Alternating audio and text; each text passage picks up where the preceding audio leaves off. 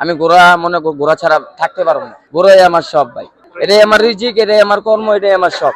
1500 টাকার ঘোড়া আছে, 2000 টাকার ঘোড়া আছে, 60,000 টাকার ঘোড়া আছে, 70,000 টাকার ঘোড়া আছে, 80,000 টাকার ঘোড়া আছে, 5 লাখ টাকারও ঘোড়া আছে। কিন্তু ঘোড়া তো আমরা পাইলা কোনো শান্তি পাইতেছি না। তো পেটে লাচ্ছি দিয়ে লাভ নাই, আমরা গরিব মানুষ। পুলিশ তো বলতেছে তোমার এটা নিষেধ, ডিসি স্যার উপরে নিষেধ করে দিছে ঘোড়া গাড়ি আবেদন, চলবো না এই গাড়ি। কিন্তু এটা তো রাজা বাদশার আমলের থেকে ঘোড়া গাড়ি চলতেছে। এটা আমার ঐতিহ্য, এটা পুরান ঢাকার ঐতিহ্য। আমরা মুসলমানি অনুষ্ঠান, বিয়ার, সুন্নতের খাতনা, জন্মদিন, এটি সব আমরা ধরে রাখছি। আমার বাবা দাদারা যখন চালাইছে বইল গাড়ি, তখন এতে আমি ঘোড়া গাড়ির লাইনি। আমার বড় ভাই ছিল, হ্যাঁ আমার শিখাইছে ঘোড়া গাড়ির লাইন।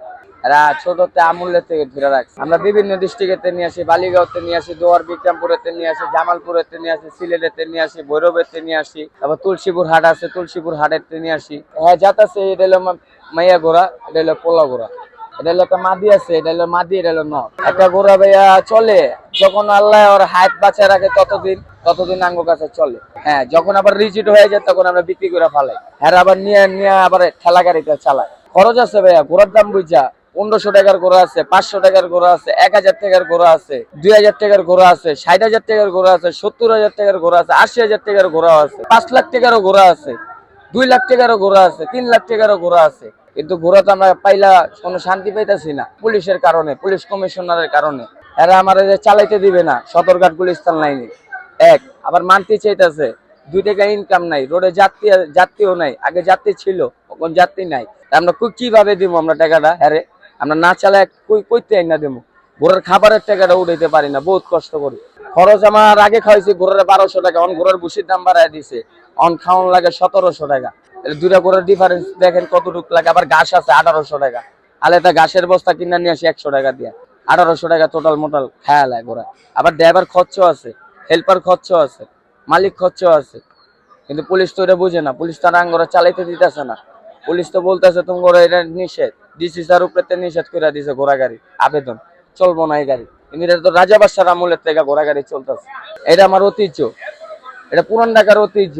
আমরা মুসলমানি অনুষ্ঠান, বিয়ার, সুন্নতের খাতনা, জন্মদিন, এটি সব আমরা ধরে রাখছি। নাঙ্গর উড়াই দিবা চাইতেছে, উড়াই দিলে তো হইব না। আমরা উড়াই দিলে আমরা কি করে খামো? আমরা তো বাইরের পরে রিক্সা চালা খাইতে হইব। ঘোড়া খাইবে আপনি বুটের কুড়া, গমের কুড়া, ধানের কুড়া, ছোলা, কাঁচা বুট, কাঁচা ঘাস। আমার যাত্রী আগের মতন নাই। আগে যে একটা মানুষের শখ ছিল, এখন ওই শখটা নাই।